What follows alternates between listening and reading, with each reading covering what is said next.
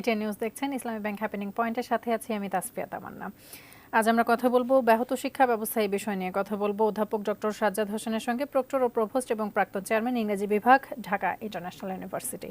আপনাকে স্বাগত আমাদের আয়োজনে। আপনাকেও ধন্যবাদ। প্রথমে একটু জানতে চাই, একটু কথা বলতে চাই, করোনা মহামারীর সময়টাতে দীর্ঘদিন কিন্তু আমাদের স্কুল, কলেজ, বিশ্ববিদ্যালয়, সমস্ত শিক্ষা প্রতিষ্ঠান বন্ধ ছিল, লকডাউন ছিল। সেই সময়টাতে আমরা শিক্ষার দিক থেকে কিছুটা পিছিয়ে পড়েছিলাম, যদিও আমরা অনলাইন ক্লাসে শিফট হয়েছিলাম বেশ কিছুদিন পরে। চলমান কোটা আন্দোলনের সময় আবারও সেই একই ঘটনার পুনরাবৃত্তি কিন্তু আমরা দেখতে পাচ্ছি। এই যে বারবার শিক্ষা প্রতিষ্ঠান বন্ধ হয়ে যাওয়া, এর একটা দীর্ঘমেয়াদী প্রভাব কিন্তু আমাদের শিক্ষা ব্যবস্থার উপরে পড়ছে, শিক্ষার্থীদের উপরে পড়ছে। সার্বিকভাবে এই বিষয়টা নিয়ে একটু জানতে চাই। হ্যাঁ, আপনি খুবই প্রাসঙ্গিক প্রশ্ন করেছেন আমাকে। আসলে শিক্ষা ব্যবস্থা ব্যাহত হলে শিক্ষক হিসেবে সর্বপ্রথম যারা বেশি কষ্ট পায় তারা হচ্ছে শিক্ষক। আমি বিশ্ববিদ্যালয়ের একজন শিক্ষক, আমি আসলে খুব কষ্ট পাই যখন এরকম শিক্ষা ব্যবস্থা অচল অবস্থা থাকে বা ব্যাহত হয়। করোনা মহামারীর সময় আমরা কিন্তু শিক্ষা ব্যবস্থা, যদিও তখন খুবই একটা ক্রিটিক্যাল সময় ছিল, তারপরেও আমরা শিক্ষা ব্যবস্থা চালিয়ে নিতে পেরেছিলাম অনলাইন ক্লাসের মধ্য দিয়ে। এই মুহূর্তে আসলে ছাত্রছাত্রী যারা আন্দোলন করছে তারা আসলে অনলাইন ক্লাসের মানসিকতার মধ্যে খুব বেশি নেই, আমি যতটুকু জানি। তবে আসলে শিক্ষা ব্যবস্থা তো ব্যাহত হতে দেওয়া যাবে না, চলতে হবে। এখন বিশেষ করে যারা স্কুল লেভেলে আছে তাদের বেশি ক্ষতি হচ্ছে। আসলে নতুন কারিকুলাম দেওয়া হয়েছে, সেই কারিকুলাম অ্যাডপ্ট করা আসলে খুবই কঠিন বিষয়। এখন যদি এই মুহূর্তে আমি যতটুকু জানি যে আগামী রবিবার থেকে সকল প্রাইমারি স্কুল খুলে দেওয়া হচ্ছে, কিন্তু এরপরে হয়তো পর্যায়ক্রমে মাননীয় শিক্ষামন্ত্রী ব্যারিস্টার মহিবুল হাসান চৌধুরী নফেল আমি জেনেছি যে উনি ধাপে ধাপে শিক্ষা ব্যবস্থা খোলার ব্যাপারে কথা বলছেন। হয়তো প্রাইমারি, তারপর স্কুল লেভেল স্কুল খোলা হবে, তারপর কলেজ, তারপর এভাবে বিশ্ববিদ্যালয়। কিন্তু আসলে আমি মনে করি যে ছাত্রছাত্রী যে মানসিকতার মধ্য দিয়ে এখন যাচ্ছে সেটাকে আসলে নিরসনকল্পে সরকারের অনেক বড় ভূমিকা আছে। সরকারকে উদ্যোগী ভূমিকা গ্রহণ করতে হবে। যদিও সরকার ইতিমধ্যে অনেক ইতিবাচক পদক্ষেপ নিয়েছে, তারপরেও হয়তো ছাত্রছাত্রীরা সেইভাবে অভ্যস্ত, মানে সেই কথা শুনতে সেভাবে রাজি না। আসলে তারা নানাভাবে কোটা আন্দোলনের মধ্য দিয়ে যদি আমি আলোচনা করি, তাহলে প্রথমে তারা নাম দিয়েছিল যে কোটা আন্দোলনটাকে তারা নানাভাবে ভাগ করেছে। হ্যাঁ, এবং সেই ভাগের মধ্য দিয়ে তারা যাচ্ছে। যেমন গতকাল ছিল যে মার্চ ফর জাস্টিস, আজকের যে তারা যে আন্দোলনে যাবে সেটা হচ্ছে রিমেম্বারিং আওয়ার হিরোজ। এভাবে তারা টাইটেল দিয়ে দিয়ে তারা আন্দোলন করছে। এখন সরকারকে আসলে মানে কোনো রকম দেরি না করে আমার মনে হয় একটা ইতিবাচক সিদ্ধান্তে আসা উচিত, তাদের সাথে আলোচনা করা উচিত। বিশেষ করে যারা সমন্বয়ক আছে তাদের সাথে বসা উচিত এবং যেভাবে যা করা উচিত সেভাবে অতি দ্রুত করে শিক্ষা ব্যবস্থা চলমান রাখা উচিত বলে আমি শিক্ষক হিসেবে মনে করি। আন্দোলনের কারণে কিন্তু এইচএসসি পরীক্ষা বারবার শিথিল করা হয়েছে, স্থগিত করা হয়েছে। আবারও 11ই আগস্ট থেকে এইচএসসি পরীক্ষা শুরু হবে এরকম আমরা জানতে পেরেছি নতুন সময়সূচিতে।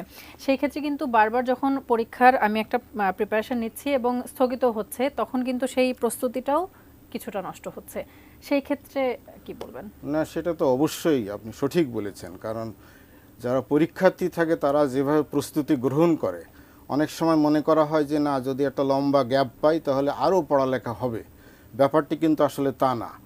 যখন গ্যাপ পায় তখন অলসতার মধ্য দিয়ে নানাভাবে দিন কেটে যায়, কিন্তু সেভাবে প্রস্তুতিটা আর হয় না এবং তারা যেটা প্রস্তুতি গ্রহণ করেছিল সেটাও তারা আসলে ভুলে যায় এবং পরবর্তী সময়ে সেটা আবার মেকআপ করে নতুনভাবে শুরু করা তাদের জন্য কঠিন চ্যালেঞ্জ হয়ে যায়।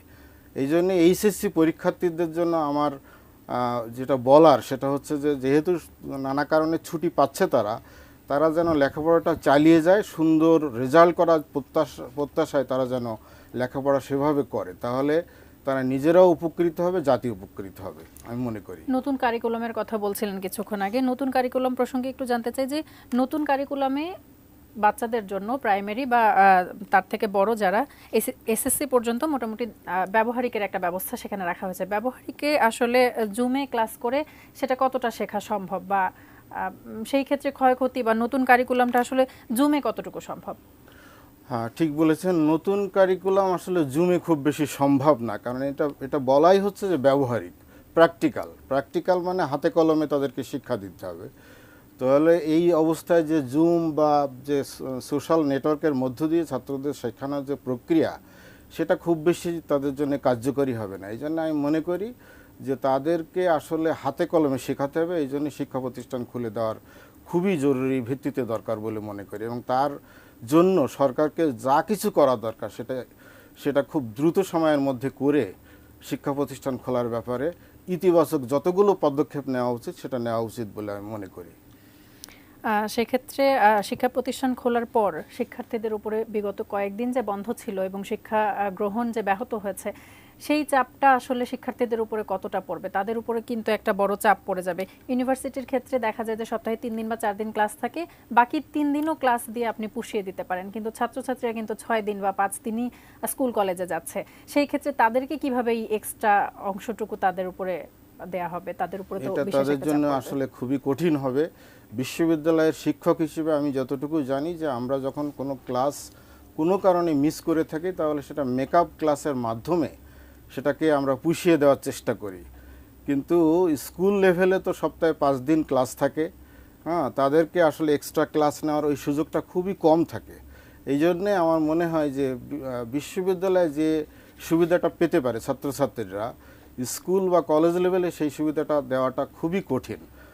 তবে আপনার কথা আপনি সঠিক বলেছেন যে এই অবস্থায় আসলে তাদেরকে যারা বিশেষ করে নীতি নির্ধারক, তাদেরকে এই বিষয়টি খুব যথাযথভাবে ভাবতে হবে বলে আমি মনে করি। এবং সেই ক্ষেত্রে এক্সট্রা ক্লাস দেওয়ার যদি সুযোগ থেকেও থাকে, সেটি আসলে শিক্ষার্থীরা কতটুকু গ্রহণ করতে পারবে? এক্সট্রা ক্লাস দেওয়ার সুযোগ আসলে তাদের জন্য খুবই বার্ডেন এবং লোড হয়ে যাবে। ঠিক আছে, অনেকদিন তারা পড়ালেখা থেকে দূরে আছে, এখন হঠাৎ করে যদি খুব বেশি চাপ দেওয়া হয় তাহলে কতটুকু তারা গ্রহণ করতে পারবে সেটাও আসলে ভাবনার বিষয়। সেই জন্য আমি মনে করি যে এক্সট্রা ক্লাস দিয়েও খুব বেশি যে কার্যকরী পদক্ষেপ হবে সেটা আমি ব্যক্তিগতভাবে মনে করি না। তারপরেও যতটুকু চালানোর প্রয়োজন হবে ততটুকু আমাদের দেখার প্রয়োজন আছে, সেটা সর্বমহলে এই সচেতনতা দরকার। তো সেক্ষেত্রে আসলে শিক্ষার্থীরা কি করতে পারে এই চলমান এই পরিস্থিতি থেকে আসলে তাদের উন্নীত হওয়ার উপায়টা কি? শিক্ষার্থীরা আসলে তো তারা বিশেষ করে এখন তো আন্দোলনে আছে বিশ্ববিদ্যালয়ের শিক্ষকেরা, সরি ছাত্রছাত্রীরা। বিশ্ববিদ্যালয়ে যারা লেখাপড়া করে সেটা পাবলিক এবং প্রাইভেট দুটা বিশ্ববিদ্যালয়, প্রাইভেট ইউনিভার্সিটিও কিন্তু এখন এই আন্দোলনে বেশ বড় ভূমিকা রেখেছে বলে আমি মনে করি। আমার মনে হয় যে যে আন্দোলনে তারা আছে তাদের কিন্তু বড় অংশ তাদের পূরণ হয়ে গেছে ইতিমধ্যেই। কোটা যে সংস্কারের কথা বলা হয়েছিল সেটা কিন্তু 7% এখন আছে, কিন্তু আমি ব্যক্তিগতভাবে মনে করি এটা আছে মাত্র 2%, কারণ মুক্তিযোদ্ধার সন্তানেরা আর চাকরির বয়স আছে বলে আমি ব্যক্তিগতভাবে মনে করি না। অতএব ওই 5% যেটা বলা হচ্ছে সেটা খুব বেশি কার্যকরী হবে না, আছে আসলে 2%। তার মানে তারা চেয়েছিল 5%, এখন আছে যেটা সেটা কিন্তু তাদের দাবি পূরণ হয়ে গেছে, কিন্তু তারা আরও অন্যান্য দাবি দিয়েছিল যে আমাদের 8 দফা দাবি মানতে হবে। সরকার ইতিমধ্যে অনেক দাবি মানার চেষ্টা করছে, কিন্তু তারপরেও হয়তো কিছু দাবি তারা সরকার এখনও মানতে পারেনি। এজন্য ছাত্রছাত্রীরা মনে করছে যে না, আমাদের পুরা দাবি যতক্ষণ সরকার না মানবে ততক্ষণ আমরা আন্দোলন থেকে যাব না। তো এই জন্য সরকারকে উচিত যে তাদের সাথে যত দ্রুত সম্ভব বসা, একটু ডায়ালগ করা এবং সমন্বয়কদের নিয়ে বসা। 6 সমন্বয়ক এখনও ডিবি হেফাজতে আছে, সেটাও আসলে বিতর্কের প্রশ্ন উদ্রেক করেছে, বিতর্ক সৃষ্টি করেছে। আমার মনে হয় যে সব কিছু নিরসনকল্পে সরকারকে ইতিবাচক পদক্ষেপ নিতে হবে। এই বিষয়গুলো নিয়ে আরও কথা বলবো একটা ছোট্ট বিরতি থেকে ফিরে। দর্শক, ইসলামী ব্যাংক হ্যাপেনিং পয়েন্টের সময় হলো একটি বিরতি নেওয়ার, আমাদের সাথেই থাকুন।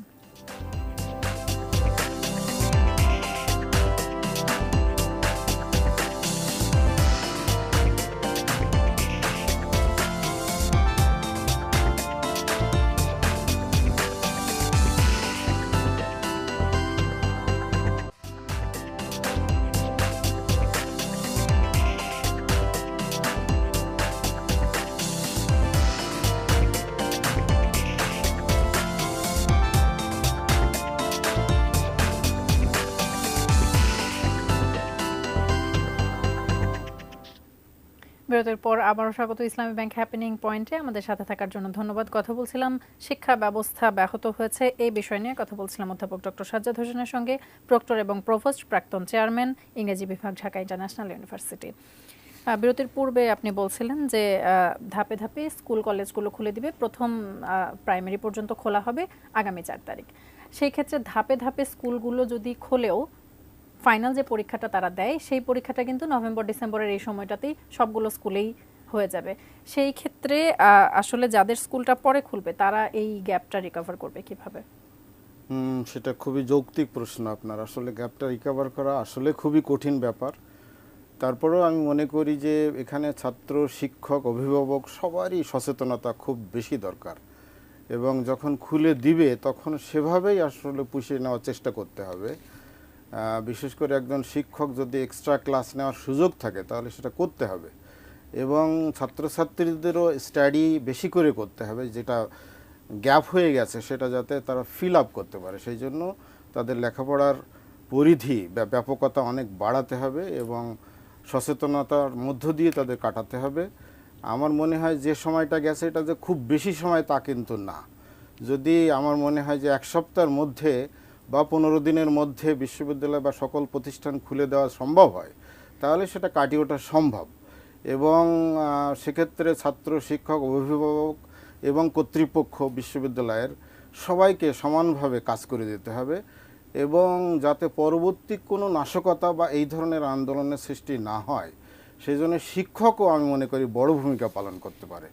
শিক্ষকদের সেই মানসিকতা থাকতে হবে যে ছাত্রদের মেন্টালিটি বুঝে তাদের আসলে সাথে সংযোগ সাধন করতে হবে, এবং তারা যাতে পড়াশোনায় মনোনিবেশ করতে পারে, মনোযোগ বা সংস্থাপন করতে পারে, সেই জন্য তাদেরকে আরও বেশি মানে অ্যাডভাইস করতে হবে, সাজেশন দিতে হবে, এবং এভাবে আমার মনে হয় যে একটা ইতিবাচক পরিবর্তন হতে পারে আমার বিশ্বাস। সেক্ষেত্রে দেখা যায় যে সময়টা আমরা যদি 15 দিনও স্কুল বন্ধ থাকে 15 দিনের সিলেবাস আমাকে কমিয়ে আনতে হবে, অথবা দ্রুত গতিতে পড়িয়ে সেই সিলেবাসটা কমপ্লিট করতে হবে। এটি আসলে শিক্ষার্থীদের জন্য কতটুকু হুমকি স্বরূপ? তারা কিভাবে এটি নিবে, কিভাবে অ্যাবজর্ভ করবে? হ্যাঁ, সেটা তো বলছিলাম। আসলে পুরনো যেটা গ্যাপ সৃষ্টি হয়ে গেছে সেটা আসলে মেকআপ করা আসলে খুব কঠিন। তারপর বিশেষ করে স্কুল লেভেলে, স্কুল এবং কলেজ লেভেলে এটা মেকআপ করা খুবই কঠিন। বিশ্ববিদ্যালয় লেভেলে অতটা কঠিন হবে বলে আমার কাছে মনে হয় না। তারপরেও আসলে যে গ্যাপ সেটা তো গ্যাপই আসলে। এখন যদি শিক্ষকেরা খুব বেশি সচেতন থাকে তাদের ক্লাস নেওয়ার ব্যাপারে, পরীক্ষা নেওয়ার ব্যাপারে, এবং তাদেরকে যে পড়াগুলো তারা করাতে পারেনি, বিশেষ করে যে লেসনগুলো তারা দিতে পারেনি সেগুলোর ব্যাপারে সচেতন থেকে যতটুকু এগিয়ে নেওয়া সম্ভব সেটা করতে হবে এই মুহূর্তে। এছাড়া আর কোনো একটা ভয় সৃষ্টি হয়েছে যে রাস্তাঘাটে বের হয়ে এই যে গুলিবিদ্ধ হবার যে ঘটনা, বা এই নির্বিচারে যে শিশু থেকে শুরু করে বয়স্ক পর্যন্ত কিন্তু অনেক প্রাণহানির খবর আমরা শুনেছি। সেই ক্ষেত্রে আসলে অভিভাবকরা কতটুকু চাইবেন এই পরিস্থিতিতে আবার তাদের ছেলেমেয়েদেরকে শিক্ষা গ্রহণের জন্য পাঠাতে? সঠিক বলেছেন, সেটা তো একটা সময়ের প্রেক্ষাপট ছিল। আসলে সেই আন্দোলন যখন খুব বেশি তুঙ্গে ছিল তখনই এই ঘটনাগুলো আসলে বেশি ঘটেছে, এবং সেখানে দেখেছি যে ছাত্র শুধু না, শ্রমজীবী মানুষ, ছাত্র, শিশু, পুলিশ, এমনকি কিছু সাংবাদিকও আহত হয়েছে। সব মিলিয়েই আসলে একটা খুবই বিপর্যস্ত পরিবেশ ছিল এই সময়টা। সরকার আসলে ট্যাকেল দেওয়ার চেষ্টা করেছে, কিন্তু আমি ব্যক্তিগতভাবে মনে করি যে সরকার যদি আরও 2 দিন আগে এই সিদ্ধান্তটা নিত তাহলে এই প্রাণহানি এড়ানো সম্ভব হতো বলে আমি ব্যক্তিগতভাবে বিশ্বাস করি। এবং এখানে বলা হচ্ছে যে তৃতীয় পক্ষ এই আন্দোলনে ঢুকে যে সরকারি যে স্থাপনাগুলি ভীষণ ধ্বংসযজ্ঞে পরিণত করেছে সেটাও আসলে মনে হয় সেই সুযোগটা পেত না। যাই হোক, এখন যেটা হয়ে গেছে এখন সামনের দিকে আমাদের এগোতে হবে, পেছনের কথা না করে। তবে যেটাই বলি না কেন সব কিছুর মূলে সরকারকে উদ্যোগী ভূমিকা পালন করতে হবে। ইতিমধ্যে সরকার কিছু ইতিবাচক পদক্ষেপ নিয়েছে, কিন্তু আরও বেশি সরকারকে সচেতন হয়ে ছাত্রদের মানসিকতা বুঝে সেই অনুযায়ী ট্রিটমেন্ট দিলেই আমার বিশ্বাস যে এই চলমান আন্দোলন কিছুটা স্তিমিত হয়ে আবার শিক্ষার পরিবেশ ফিরতে পারে।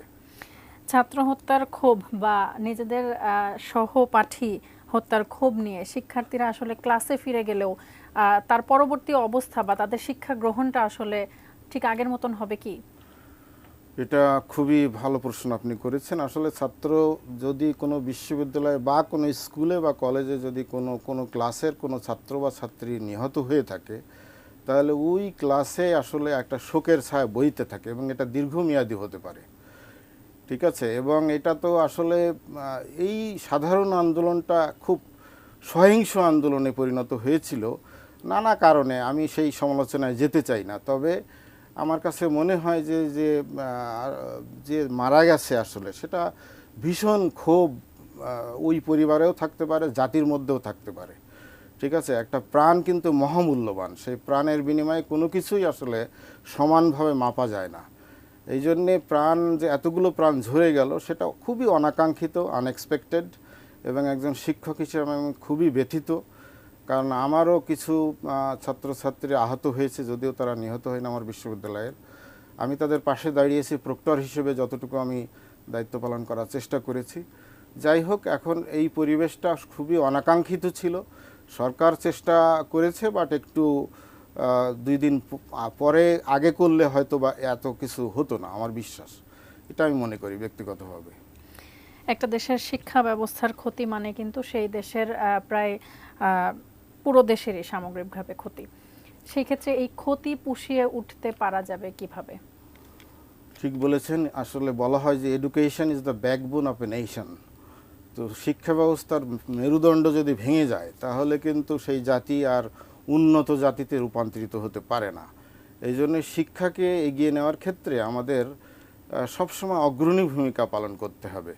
যদিও শিক্ষা বান্ধব পরিবেশ আছে, শিক্ষামন্ত্রী নিজেও খুব শিক্ষার ব্যাপারে খুবই উদ্গ্রীব এবং সচেতন আছেন। এই মুহূর্তে আসলে শিক্ষা বান্ধব পরিবেশ আছে কি? এই মুহূর্তে নেই, তবে এটা সৃষ্টি হতে পারে। আমি এর আগেও বারবার বলছি যে আসলে সর্বমহলের, বিশেষ করে সরকারের খুবই ইতিবাচক সিদ্ধান্ত নিয়ে আগাতে হবে, এবং যারা ক্ষুব্ধ ছাত্রছাত্রী তাদের সাথে সরকার একটু বসতে পারে। বসলেই আমার মনে হয় যে তারা খুশি হবে এবং একটা সমাধানের পথ সরকার পেতে পারে, আমার মনে হয়। অসংখ্য ধন্যবাদ আপনাকে আজকে আমাদেরকে সময় দেওয়ার জন্য। আপনাকেও ধন্যবাদ আমাকে ডাকার জন্য ATN নিউজে। ধন্যবাদ আপনাকে। দর্শক, আজ আমরা কথা বলছিলাম শিক্ষা ব্যবস্থা ব্যাহত এই বিষয়টি নিয়ে কথা বলছিলাম অধ্যাপক ডক্টর সাজ্জাদ হোসেনের সঙ্গে, প্রক্টর এবং প্রভোস্ট এবং প্রাক্তন চেয়ারম্যান, ইংরেজি বিভাগ, ঢাকা ইন্টারন্যাশনাল ইউনিভার্সিটি। আগামী পর্বে কথা হবে অন্য কোনো বিষয় নিয়ে। সে পর্যন্ত সঙ্গেই থাকুন, দেখতে থাকুন ATN নিউজ। ধন্যবাদ।